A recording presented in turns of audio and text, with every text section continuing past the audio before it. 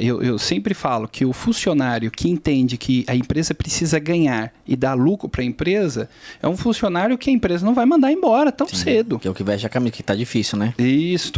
Tem dois aspectos. A empresa precisa dar a camisa e o funcionário vesti-la. A grande questão aqui é entender uma coisa. O funcionário precisa entender que ele precisa cuidar da empresa como se fosse dele. Se eu fosse o dono, o que eu faria? Porque eu tenho impostos para pagar, eu tenho um monte de coisa para pagar. O funcionário custa geralmente o dobro. Sim. Né? Tem toda uma questão muito interessante aí. Se eu me preocupar com a empresa e ela lucrar mais, o dono não me manda embora nunca. E automaticamente eu ganho mais também, né? Exatamente. Né? Então, o funcionário que pensa assim, que essa empresa que eu tô aqui quebre, ou que o dono não venda mais, ou que haja de forma errada com o dono, tá dando tiro no próprio pé. E a própria empresa precisa entender o seguinte, ela precisa facilitar o processo de aprendizado, de crescimento. A empresa precisa olhar para o funcionário e falar, o funcionário é o aspecto mais importante. Exatamente, é o aspecto mais importante. Porque se eu incentivar o meu funcionário, se o funcionário chegar aqui e o gerente falar assim, você não está bem, vamos bater um papo, vamos comer um bolo lá no fundo. Eu comprei um bolo de milho muito bom com um cafezinho. Vamos sentar lá no fundo. O que é, criatura? O que está acontecendo com você? Não estou bem hoje e tal. Vamos cuidar da tua vida. Então, você está com esse problema, esse. A empresa pode te ajudar assim. Vamos hoje fazer o melhor dia das nossas vidas?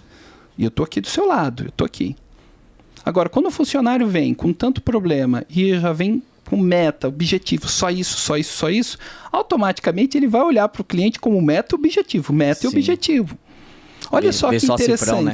Exatamente. Então, quando o gerente, quando o dono se preocupa com a saúde e o bem-estar dos seus funcionários, e os funcionários entendem isso, e eles retribuem da mesma forma, o ciclo é um ciclo muito interessante. Não estou dizendo perfeito, e até porque nesse processo podem haver erros. Com certeza, Sim. Isso é uma pessoa também, né? Faz parte do Exatamente. Eu lembro quando eu era gerente da ótica, eu falava pro dono, apareça aqui só para pegar o dinheiro.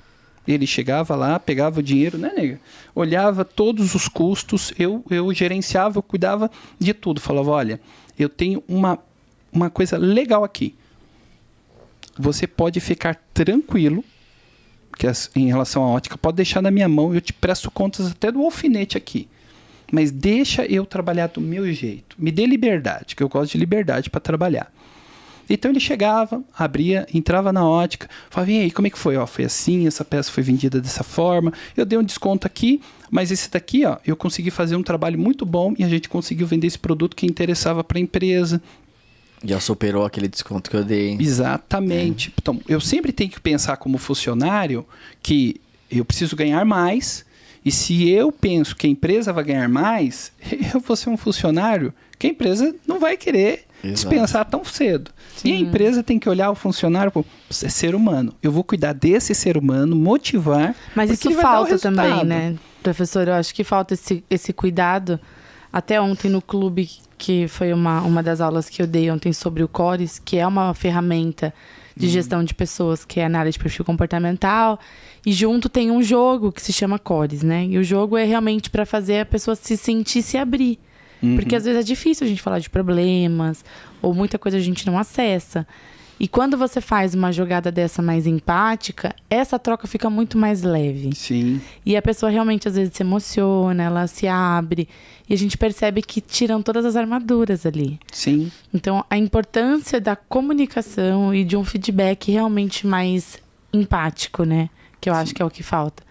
Porque os números são importantes, mas eles não são tudo. Sim. E às vezes a pessoa não entrega bons números, não porque não seja um bom consultor, um bom vendedor, mas porque realmente ela não está passando por um momento tão importante na vida dela que não é, o foco não seja as vendas. Sim. Então fazer ele refletir e pensar sobre aquela situação é muito mais favorável do que você só falar, não está vendendo, seu ticket médio está muito baixo, você perdeu 60% dos seus clientes. Isso não ajuda, isso não motiva, né? Pelo contrário.